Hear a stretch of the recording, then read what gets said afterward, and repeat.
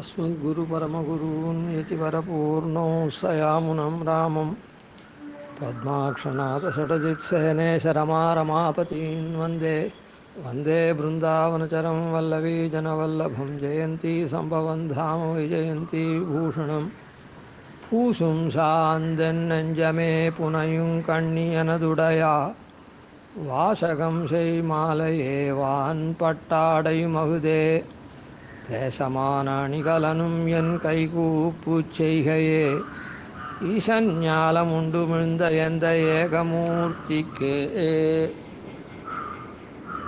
கீழே மனோவாக்காயங்களை கொண்டு மனசினால ஈர மனசினால எம்பெருமானுக்கு உலகமும் மொத்தத்தையும் உடலாக வச்சுருக்க எம்பெருமானுக்கு சந்தனமாகவும்,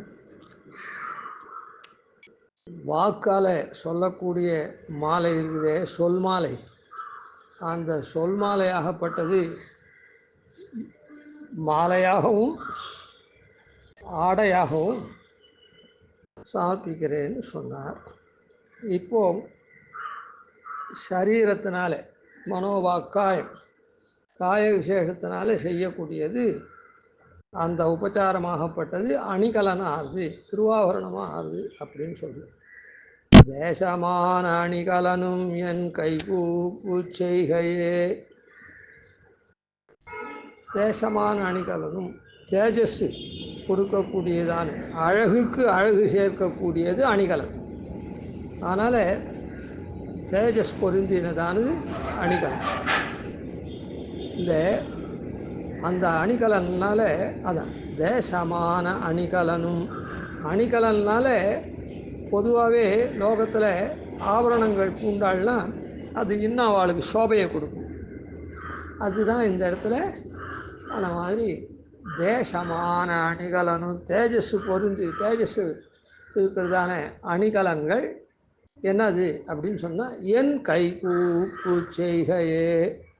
என் கைகூப்பு செய்கையே, அதாவது கையை வணங்குறவன் எம்பெருமானுக்கு நமஸ்காரம் அஞ்சலி பண்ணுறமே, அந்த அஞ்சலி பத்தம்தான் அணிகலன். பெருமாளுக்கு சமர்ப்பிக்கக்கூடிய இந்த உலகத்தையே உருவாக கொண்டு ஆத்மா உரையக்கூடிய எம்பெருமானுக்கு நம்முடைய கைகூப்பு செய்கை தான் அணிகலன், திருவாபரணம் அப்படின்னு சாய்கிறோம். அதாவது ஒருத்தனுக்கு எவ்வளவு பெருமைகள் இருந்தாலும் கூட அவன் வணங்காமூடி மன்னனா, வணங்கலில் அரக்கன் அப்படின்னு சொல்கிறா போல் நனமேயம் கசியச்சித்து, நான் ஒருத்தருக்கும் வணங்க மாட்டேன் அப்படின்னு மாறு நெரிச்சுட்டு இருந்தால் அவன் சோபிக்க மாட்டான். இரண்யகசிபு இவன் ராவணன் நனமேயம் கசியச்சித்து, நான் யாருக்கும் வணங்க மாட்டேன். அதனாலே அவன் சாமவேதங்கள்லாம் ஓதக்கூடியவன், வரங்கள்லாம் வாங்கினவன், பிரம்மா சிவனிடத்துலாம். ஆனால் எதுவுமே பிரயோஜனப்படாது போயிடுச்சு. ஏன்? வணக்கம் இல்லை. அதனால் வணக்கம்தான் ரொம்ப முக்கியம். எது எவ்வளவு குறைஞ்சிருந்தாலும் கூடி இருந்தாலும் எவ்வளவு குறைஞ்சிருந்தாலும் எந்த குணங்கள்லாம் அந்த வணக்கம் இருந்துருத்துன்னா அது மற்றதெல்லாம் சரி கட்டின்னு போயிடும். அதனால் இன்னும் நல்ல பல பெருமைகள் இருந்ததுன்னா, வணக்கம் இருந்ததுன்னா அந்த பெருமைக்கு அழகூட்டது. இவ்வளவு பட்டவன், இவ்வளோ ஞானம் உள்ளவன், அப்படியே எவ்வளோ பவ்யமாக இருக்கான், இவ்வளோ பணக்காரன் ஐஸ்வர்யம் உள்ளவன், எவ்வளோ வினயமாக இருந்து எல்லாருக்கும் உதவுறான் அப்படின்னு அவள் கொண்டிருக்க மேன்மையை இன்னும் மெருகூட்டும். குறைஞ்சிருந்தா கூட முன்ன சொன்ன மாதிரி அவனுக்கு படிப்பு இல்லைன்னா கூட, படிப்பறிவு இல்லைன்னா கூட வணக்கமாக இருக்கான். வித்யா வினயம் ததாத்தின்னு சொல்லிருக்கு. வித்யா வினய சம்பன்னம்னு. இந்த படிப்பு வினயத்தை கொடுக்கும்னு சொல்லுவா. ஆனால் அவனுக்கு படிப்பு இல்லாதே வினயம் இருக்குது. அதே மாதிரி அவன் பொருள் இல்லை இது இல்லை அப்படின்னா கூட எது இருந்தால் என்ன இல்லாட்டா என்ன அவனுக்கு வினயம் இருக்குது, நன்னா இருக்கு அப்படின்னு அவனுக்கு இல்லாத குறையை போக்கி அவனை பிரகாசப்படுத்தும். நிறைய இருக்கிறவாளாக இருந்தாலும் அப்படி உள்ளவன் இப்படி வினயமாக இருக்கான்னு இன்னும் அவளுக்கு அந்த ஏற்கனவே கொண்டிருக்கிற குணாதிசயங்களுக்கு இன்னும் மெருகூட்டும். அதனால் இந்த வணக்கமுடைமை இருக்குதே, என் கைகூப்பு செய்கையே, அந்த கைகூப்பு செய்கை தான் பெருமாளுக்கு சமர்ப்பிக்கக்கூடியதாங்க. இந்த கைகூப்பு செய்கை எப்படி அணிகலனாக இருக்கும் அப்படின்னு அணிகலனுக்கும் கைகூப்பு செய்கை சரி, நம்ம நல்லா விளங்க வைக்கிறது சரி, பெருமாளுக்கு இது எப்படி அணிகலன் ஆகும் அப்படின்னு சொன்னாங்க. அணிகலன்றது என்னது? அழகூட்டுறது, அழகுக்கு அழகு சேர்க்கிறது. பெருமாள் எப்படி அழகனா மிளறான் அப்படின்னு சொன்னால், ஒவ்வொரு விதமான குணாதிசயங்களை கொண்டு ஒவ்வொருத்தருக்கு ஒவ்வொரு விதமாக உபகாரம் பண்ணுறான். அந்த உபகாரம் பண்ணுறதுனால அவன் நன்னா மிளறான். ஒரு அதிசயம் இருந்ததுன்னா, ஞானம் இருந்ததுன்னா 4 பேருக்கு சொல்லித்தரான், பணம் இருந்ததுன்னா 4 பேருக்கு உதவிக்கரன் நீட்டுறான். அதுபோல் எம்பெருமான் ஒவ்வொன்றுத்தையும் வச்சுட்டு, அதாவது பரிஜன பரிபர்காஹா அப்படின்னு எல்லாத்தையும் பெருமாள் வரத சகலமே தத்து சம்ஸ்கிருதார்த்தம் சகர்த்தா, அவன் எதுக்காகடா இதெல்லாம் உண்டு பண்ணிருக்கான் அப்படின்னு சொன்னால் ஆசிரிதாளுக்காக தான் அப்படின்னு. சரி, அதனால் எம்பெருமான் ஒவ்வொன்றுத்தையும் ஆசிரிதாளுக்கு கொடுத்து இது பண்ணுறான். அப்போ அந்த ஆசிரிதாளுக்கு கொடுத்து உபகாரம் பண்ணக்கூடிய அந்த அழகு இருக்குது, அந்த அழகு இந்த கைகூப்பு செய்கை, நம்முடைய கைகூப்பு செய்கையினால ரொம்ப மிளறது அப்படின்னு. அது எப்படி அது அணிகலனாகும், அதாவது அதை உயர்த்தி காண்பிக்கக்கூடிய அணிகலனாகும் அப்படின்னு சொன்னால், யார் எம்பெருமானை வணங்குறானோ அவனுக்கெல்லாம் பெருமாள் உபகாரம் பண்ணுறான். ஸ்வதங்கிரி முத்திஷ்ய கதாபி கேனச்சித் யதா ததா வாபி சகிருத்ருதோஞ்சலி ததைவ முஷ்ணாதி அசுபானி அசேஷதः சுபானி புஷ்ணாதி ந ஜாது ஹீயதே. அவனுடைய திருவடி தாமரையை குறித்து ஒரு அஞ்சலி பண்ணிட்டாக்கா, கைகூப்பிட்டாக்கா அது என்ன பண்ணுறது, எப்படியோ ஒன்று நான் ஒரு விதத்தில் அவன் கைகூப்பிட்டான்னா ஒருத்தன் ததைவ முஷ்ணாதி அசுபானி அசேஷதா, அப்போவே அசுபங்கள் மொத்தத்தையும் போக்கடிக்கிறது, சுபத்தை நன்னா புஷ்டியாக கொடுக்குது, சுபத்தை கொடுத்து அவனை புஷ்டியாக்குறது. ஒரு காலம் அழிவே கிடையாது அந்த அஞ்சலிக்கு அப்படின்னு சொல்லி. ஒரு தடவை நம்ம அஞ்சலி பண்ணோம்னா நம்முடைய பாப்பங்களை போக்கி நமக்கு மேலே மேலே சுபங்களை கொடுத்து ஒரு காலம் அழிவில்லாத பண்ணக்கூடியதாக இருக்குது அப்படி.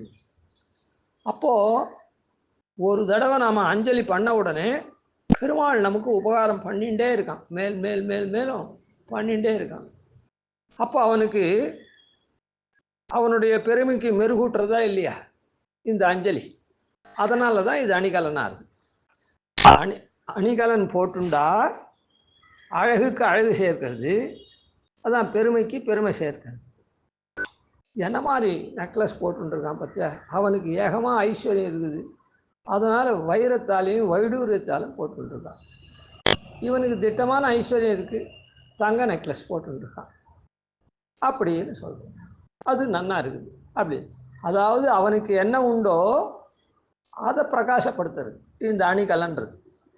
அதனால் பெருமாள் சதுர்ணாம் புருஷார்த்தானாம் தாத்தான்னு வாரி வாரி வழங்குறான்.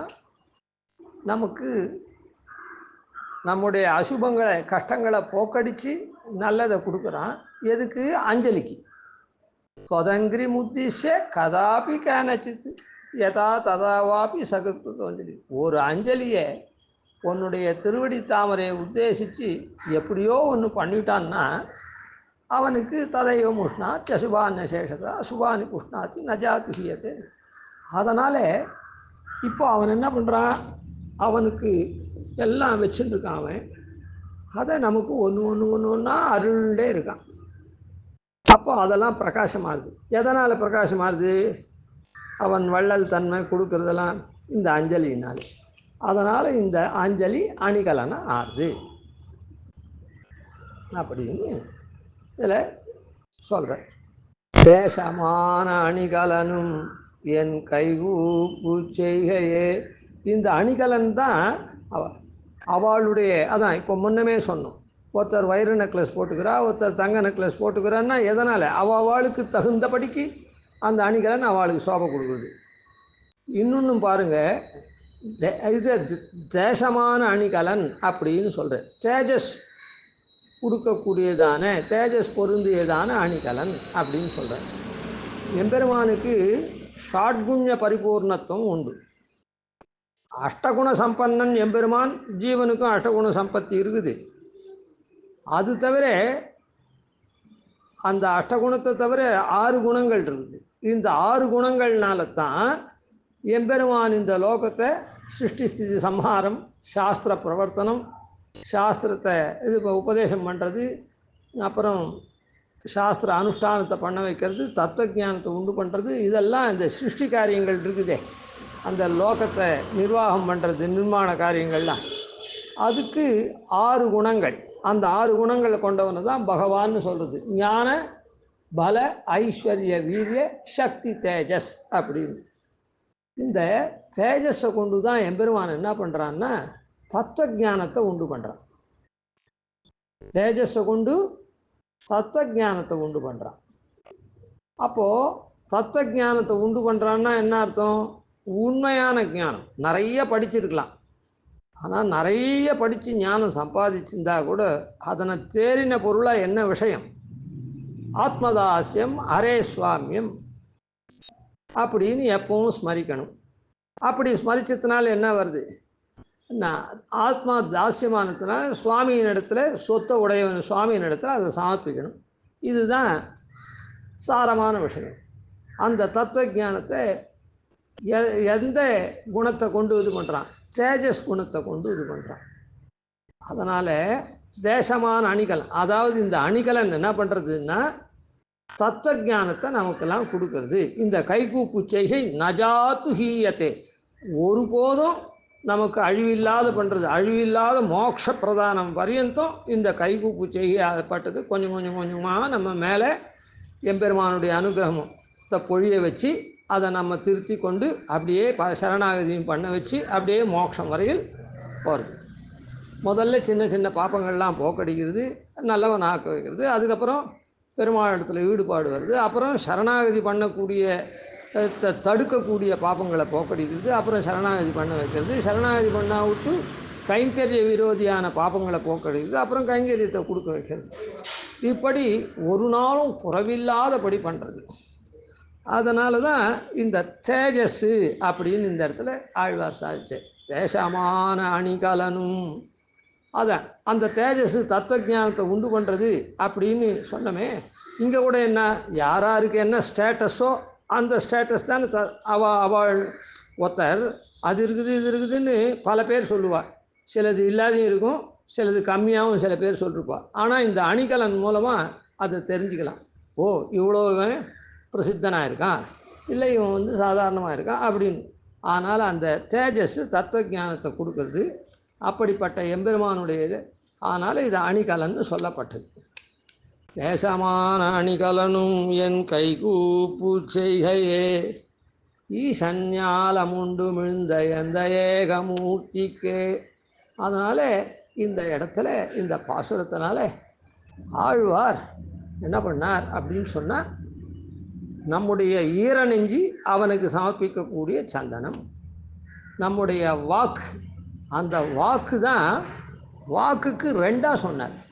வாக்குக்கு மாலையாகவும் சொன்னார், சொல் மாலையாகவும் ஆடையாகவும் சொன்னார்.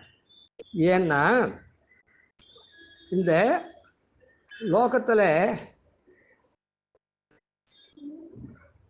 உண்றது, அதான் சாப்பிட்றது, உறங்கிறது, பயப்படுறது, வம்சவிருத்தி பண்ணுறது, இதெல்லாம் பசுக்கும் மனுஷனுக்கும் சமானம். இந்த ஞானம் அந்த விலங்குகளுக்கு கிடையாது. பசுன்னா விலங்கு, அந்த விலங்கு பசுன்னா இந்த பசுவையும் குறிக்கும். ஆனால் சம்ஸ்கிருதத்தில் பசுன்னு சொன்னால் விலங்குக்கும் பசுன்னு பேர். அதனால் அந்த பசுக்களுக்கும் மனுஷாளுக்கும் ஆகாரம், நித்ரை தூக்கம், பயம், மைத்துனம், வம்சவிருத்தி, இதெல்லாம் பசுக்களுக்கும் நமக்கும் சமானம், விலங்குகளுக்கும் மனுஷனுக்கும். ஆனால் மனுஷனுக்கு என்ன ஏத்தம் அப்படின்னு சொன்னால் ஞானத்தை கொண்டிருக்கிறது ஏத்தம். ஞானத்தை கொண்டிருக்கிறதுனா ஞானத்துக்கு தகுந்த மாதிரி பண்ணுறது. இப்போது வாக்கு வியாபாரம் இருக்குதே, இது ஞானம் இருக்கிறதுனால என்ன பண்ணுறோம், அதை வெளியில் நாம் வாயால் சொல்கிறோம். ஒருத்தனுக்கு ஞானம் இருக்குதுன்னா அந்த ஞானம் அவனுடைய சொற்களால் தான் தெரியும் எவ்வளோ ஞானம் இருக்குது. அதாவது தப்பு இல்லாத பேசுறது, அதாவது நல்லதையே பேசுறது, இதெல்லாம் எதனால் தெரியும், அந்த ஞானம் கொண்டிருக்கிறது. சில பேர் நன்னா படிச்சிருப்பான், ஆனால் அதனுடைய தாத்பரியம் தெரியாது, தாறுமாறாக வார்த்தை இல்லாமல் சொல்லுவான். என்ன அதெல்லாம் அந்த ஞானமாகப்பட்டது என்ன பண்ணுறது, சொல் மாலையாகவும் அமைகிறது. அதனால் ஏன்னா இந்த ஞானம் தானே பசுக்களுக்கும் நமக்கும் விலங்குகளுக்கும் நமக்கும் வித்தியாசம்னு சொல்லப்பட்டது. அதனால் அதெல்லாம் வாயால் பேசாது, நாம் பேசணும். அதனால் சொல் மாலையாச்சு. சரி, ஆடை என்ன சமாச்சாரம் அப்படின்னா, இந்த ஞானத்தை கொண்டு நாம் அனுஷ்டானம் பண்ண போகிறோம். அனுஷ்டானத்துக்கு முதல்ல எது பிரதானம் அப்படின்னா, அதாவது விலங்குகளை காட்டிலும் நாம் நம்ம உடல்லாம் மறைச்சிண்டு மானமாக வாழறமே, அது முதல் ஆரம்பம். இந்த ஞான காரியமாக இருக்கக்கூடிய அனுஷ்டானம்ன்றது என்னன்னா, நம்ம உடலை மறைச்சிண்டு, அதெல்லாம் உடலை கூட மறைக்கிறது கிடையாது. இப்போது நாய்க்கு சொல்லுவாள், நாய்க்கு இருக்கக்கூடிய அந்த புச்சம் இருக்கிற வால் அதனுடைய புஷ்டபாகத்தை கூட மறைக்காது, அது மேலே தூக்கின்னு இருக்கும். அதுங்களுக்கு அதை பற்றியெல்லாம் கவலை இல்லை. ஆனால் நாமும் அறிவுள்ள மனுஷன் தன்னை ஆடையால் மறைச்சிண்டு அங்கங்களை மறைச்சிண்டு காப்பாற்றி இருப்பான். அதுதான் முக்கியம். அதனால தான் உணவு, உடுக்க உடை, இருக்க இடம் அப்படின்னு சொன்னால் கூட, ஆனால் முதல்ல எது வேணும்னா, உணவு கூட யாச்சகம் பண்ணி வாங்கிக்கலாம். இருக்கிற இடம் எங்கேயோ ஒரு இடத்துல மர அடி வாரத்தில் படுத்துக்கலாம், மரத்தின் கீழே அந்த மாதிரி இருக்கலாம், அந்த மாதிரி ஏதோ பண்ணலாம். ஆனால் உடை இல்லைன்னா எங்கேயும் பிச்சை வாங்கிறதுக்கு கூட போக முடியாது, எங்கேயும் தங்கி கூட இருக்க முடியாது. அதனால் ஞான காரியமாக ஞானத்தை அதிகமாக கொண்டிருக்க மனுஷன் தன்னுடைய அந்தரங்க உறுப்புகள்லாம் மறைக்கணும். அதனால் உடை ரொம்ப அவசியம். அதனால தான் திருப்பாவையில் கூட முதல்ல தானம் பண்ணுறது என்னென்னா, வெளியில் வரணுமோ இல்லை, அதுக்கப்புறம் தான் நம்ம பிழைக்கிறத பற்றி விசாரம். எப்படி பிழைக்கிறான், சோம்பேறியாக இருந்து பிச்சை எடுத்து பிழைக்கிறானா, இல்லை கஷ்டப்பட்டு உழைச்சி பிழைக்கிறானான்றது. அதனால் அம்பரமே தண்ணீரே சோரே அறம் செய்யும். முதல்ல ஒருத்தன் உயிர் வாழணும்னா முதல்ல அவன் வெளியில் வரணும், அதுக்கு ஆடை வேணும், அம்பரம். அதனால் அதை கொடுப்பார். அப்புறம் அவன் வேலை செஞ்சு பிழைக்கிறதுக்கு ரொம்ப சோர்ந்து போயிட்டான்னா, களைப்பாக இருந்து அந்த தீர்த்தத்தை சாட்டா அவனுக்கு கொஞ்சம் புத்துணர்ச்சி வரும், அதை வச்சு வேலைக்கு. அப்படியும் போகிறலே அந்த சரீரத்துக்கு சக்தி போகிறலைன்னா ஆகாரம். அதனால தான் முதல்ல அம்பரம், அப்புறம் தண்ணீர், அப்புறம் சாப்பாடு அப்படின்னு சொல்லப்பட்டிருக்கு. சரி, அதனால் அம்பரம் தான் முதல்ல. அதனால் எந்த மனுஷனாக அறிவு பெற்ற விலங்கை காட்டிலும் வேறாக இருக்கக்கூடிய விலட்சணமாக இருக்கக்கூடிய அறிவுள்ளவன் என்ன பண்ணுவான், முதல்ல தன்னுடைய உடம்பை ஆடையால் மறைச்சிக்கும்.